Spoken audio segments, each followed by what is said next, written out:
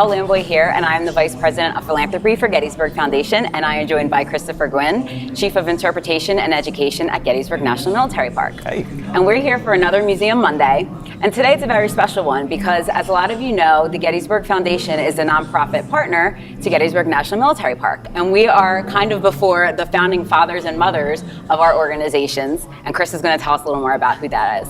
Yeah, thanks, Elle.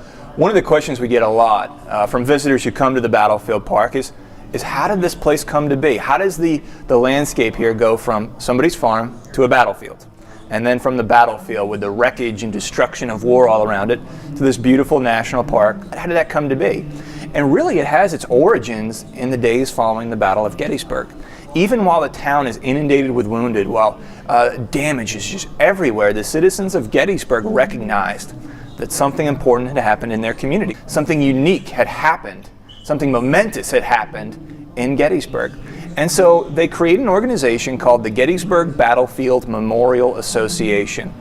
And this group of leading citizens want to create a monument to the Union victory here at Gettysburg.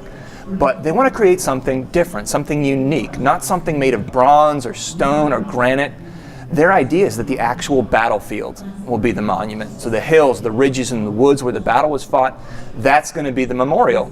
And so in 1864, they get a charter from the state of Pennsylvania. They go out, and because of the support that they get from the American people, including a lot of Union veterans, they're able to buy up chunks of the battlefield land. So by the time that the land is turned over to the United States government in the 1890s, they've preserved over 500 acres of the battlefield. And that really becomes the genesis. That's the origin of Gettysburg National Military Park.